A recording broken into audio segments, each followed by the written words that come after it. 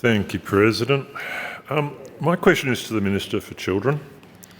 In relation to the government's recent bail reforms, many stakeholders warned of the impact the laws would have, particularly on children in out-of-home care.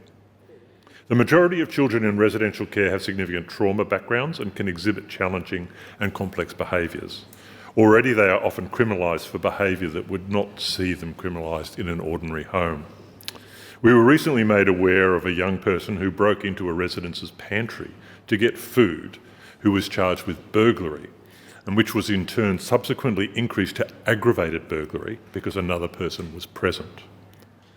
The framework to reduce criminalisation of young people in residential care, which has been already implemented in New South Wales, is aimed at developing ways to respond to the behaviours of young residents with proportionality and flexibility and, dare I say it, some care. Can the Minister update the House on the progress of the framework's rollout here in Victoria? Minister. Thank you, President, and I thank Mr Ettershank for his question, and I particularly thank him for the way in which he's phrased his question, which is perhaps indicative of the constructive way in which you seek to work in relation to these matters more broadly.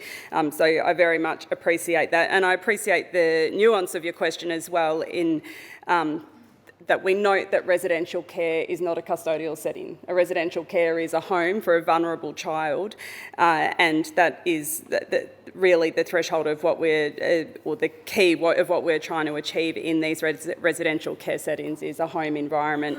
And to that end, we have invested more than $540 million from the 23-24 budget, but across the residential care system to improve outcome for children living in residential care homes. And this includes ensuring that all young people in residential care have access to therapeutic support. By 25-26, 85% have access to them now, and certainly by the July of this year, the remainder will have access to those. That has been a key achievement of the Allen Labor government. In relation to the specifics of your question around the framework to reduce the criminalisation of young people in residential care, which was put in place in 2020 and appropriately reviewed along the way, but the framework seeks to address the unnecessary and inappropriate contact that children in residential care might have with police by providing guidance for workers to support decision-making about police call-outs to residential care homes, as well as additional guidance for police responding to non-crisis incidents in residential care as well, which, while I won't comment on individual matters, I think speaks to the details that you've shared with the House today. It is certainly a shared commitment across the Victorian government, across all of the departments of the Victorian government, including Victoria Police and as well as Victoria Police, our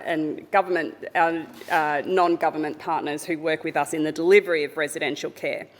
In relation to the 18-month action plan, I'm pleased to advise the House that 31 of the 35 committed actions are now complete, and these key actions delivered include youth-appropriate resources which have been developed to inform young people of their rights and their legal supports, training including trauma-informed practice and behaviour support planning for young people at risk of criminalisation.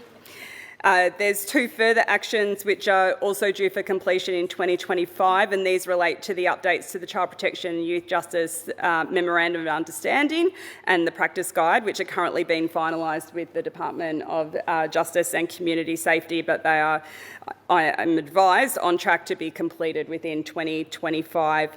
And it's also important to note that there is a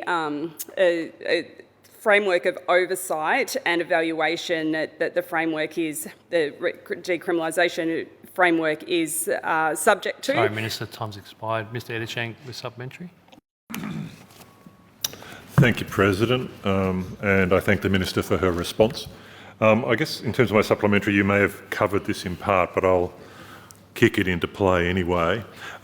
In another instance of children being criminalised for behaviour that would be dealt with quite differently in a normal home, we know that police are charging young people in residential care for offences such as property damage and such as the one I mentioned previously, so that the department can claim the insurance on damage to the property.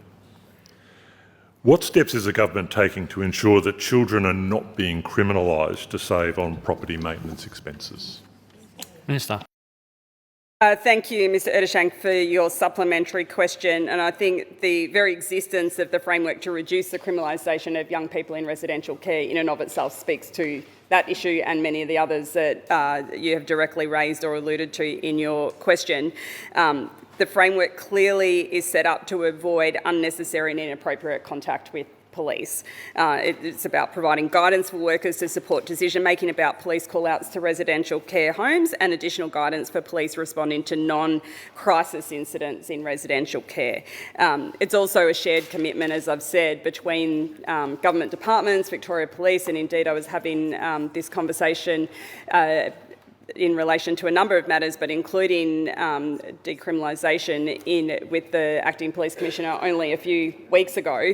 And I'm very certain that it is also a commitment that he shares to how we can ensure that police resources are not being inappropriately applied in a way that unnecessarily provides police contact for children who really are vulnerable children who, as I said, these are non-custodial settings, Sorry, Minister, children who are time's living in our expired. homes.